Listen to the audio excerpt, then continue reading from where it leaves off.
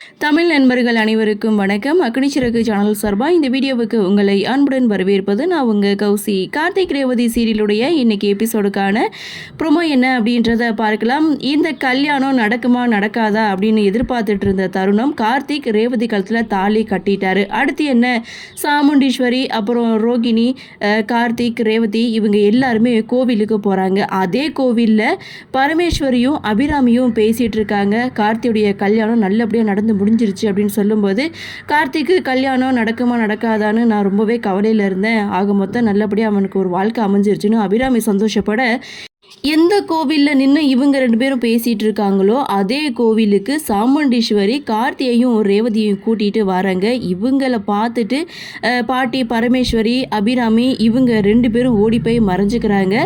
சாமுண்டீஸ்வரி இவங்க 2 பேரையும் பார்ப்பாங்களா, என்ன நடக்கும் அப்படின்ற ஒரு எதிர்பார்ப்போட இந்த ப்ரொமோவை கொடுத்துருக்காங்க. சரி, என்னதான் நடக்குது அப்படின்றத நாமளும் பொறுத்திருந்து பார்க்கலாம்.